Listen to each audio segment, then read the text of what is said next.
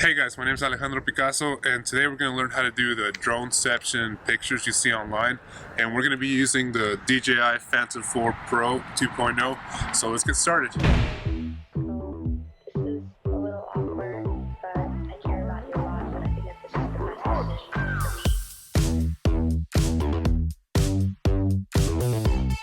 Alright, so we got the drone here, and I'm going to screen record so I can show you guys where I'm going to take the pictures. Alright, so I started up my drone, and it's asking me to calibrate it, so I'm going to calibrate it really quick, and I'm going to go ahead and speed that up.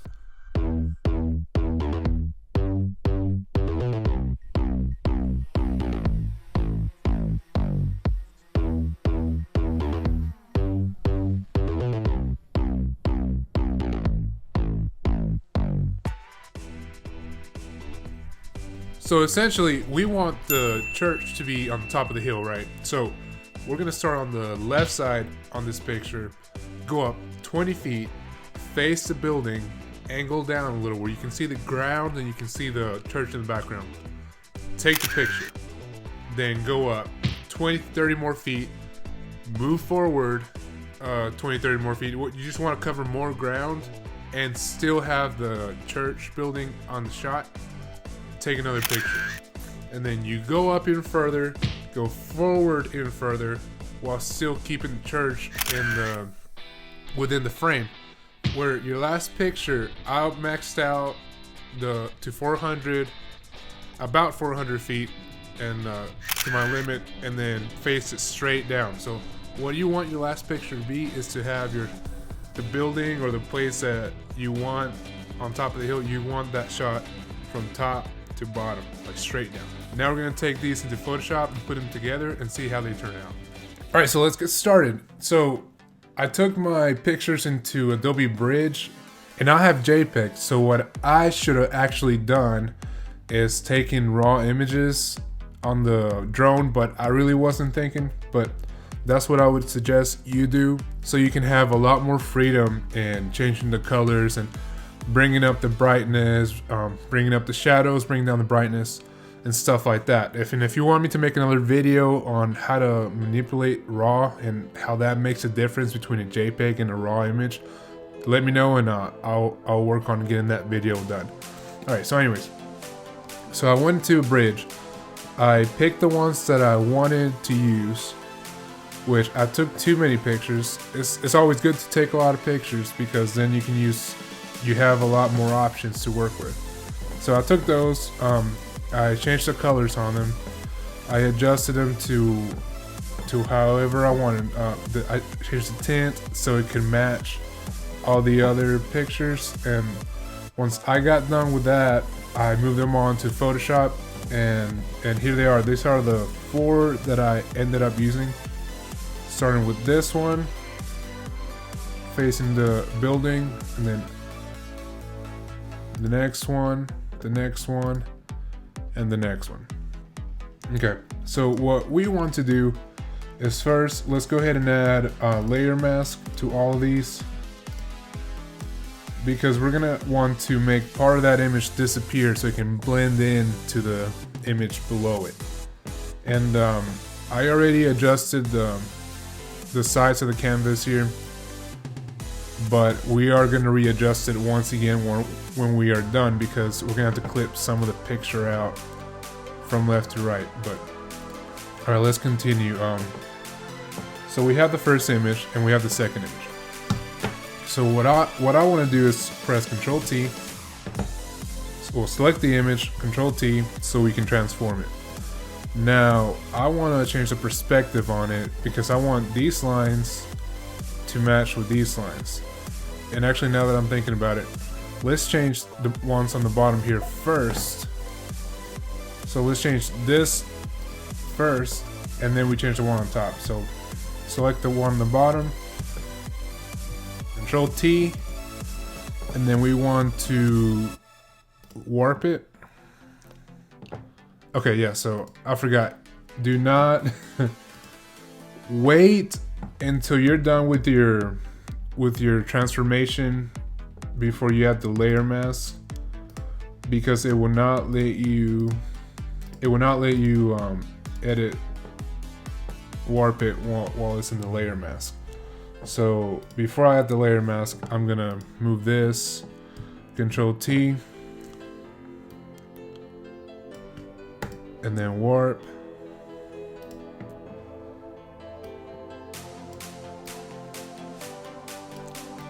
And I really just want to make the road wider, so I won't have to lose a lot of that picture once I keep going higher up the hill. So let's see. Alright, so now let's save that. Let's go on to the next one. So essentially I want these two roads to match this road. So let's Control T, let's resize it a little bit. Let's change the perspective. Like that.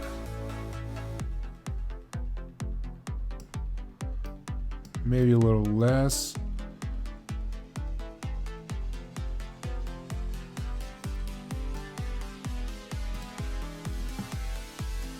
We'll scale it.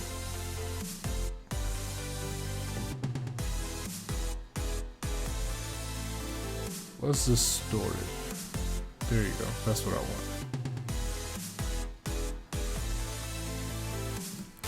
Alright, and now we're gonna warp it. And what I want to do is make this line match this line down here. So I'm just gonna mess with it until that happens.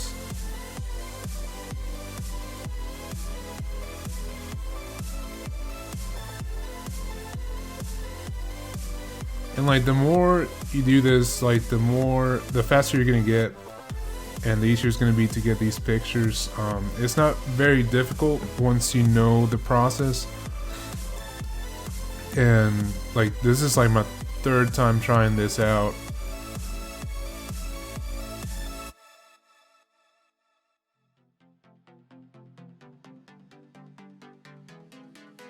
Of course, the more time that you spend on this, the better results you're gonna get. And I think I like it just like that. And you know, you could fix this right here. You can make this a lot more smooth. But I'm just gonna continue on to the next one and see what I can do with this one. Alright, so I want to change the perspective on this again. And I want to make these two match here.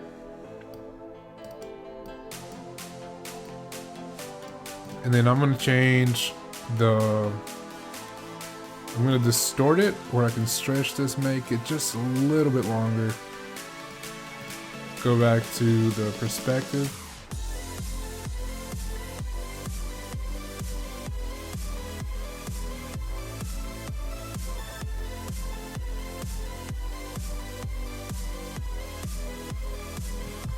Zoom in so I can see this a little bit better.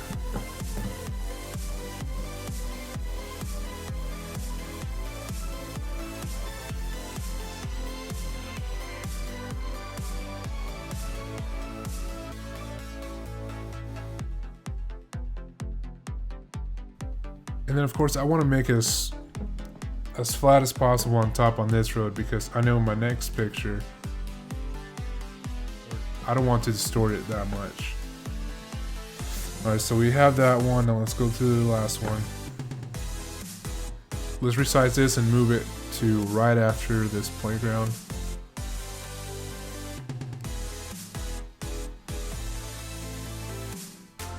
And actually, let's go back to the previous one and get this road right here to stretch out a little bit so we can connect it better to this. So let's go to this one. Control T.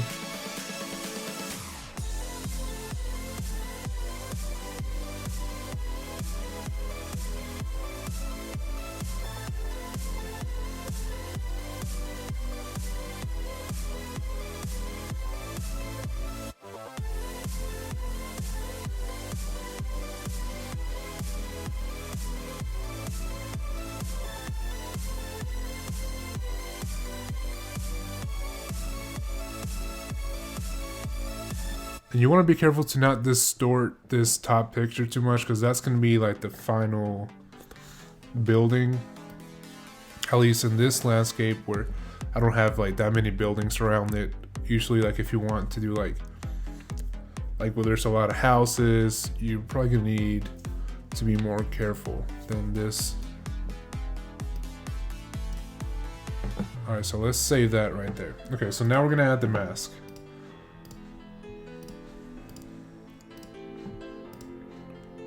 So you can start cleaning that up a bit.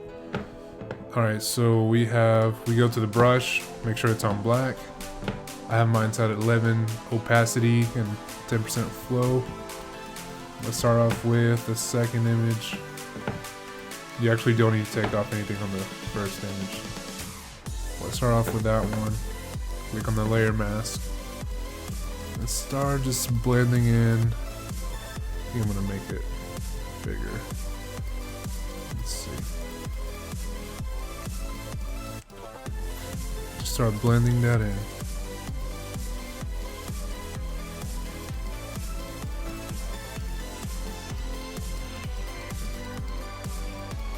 You can change like the opacity as you need to. Like I'm probably gonna go up to about 24.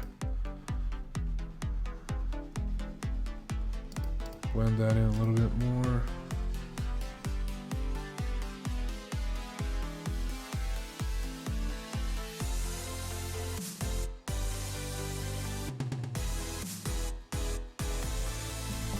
And like don't worry too much about like the very corner of this because you're gonna end up cropping it out. So like all these sides are not really important. Let's go on to the next one. Blend that in.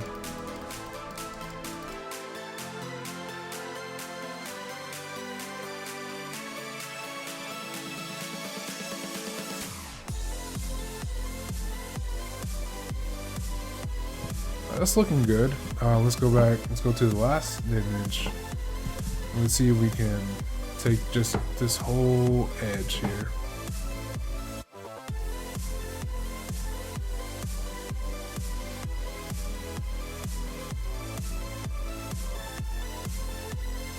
All right, so I think we got it. So now we're gonna crop it, resize it to where we have all the details that we want. In that corner. Bring this down. And there you go. You have your Inception picture.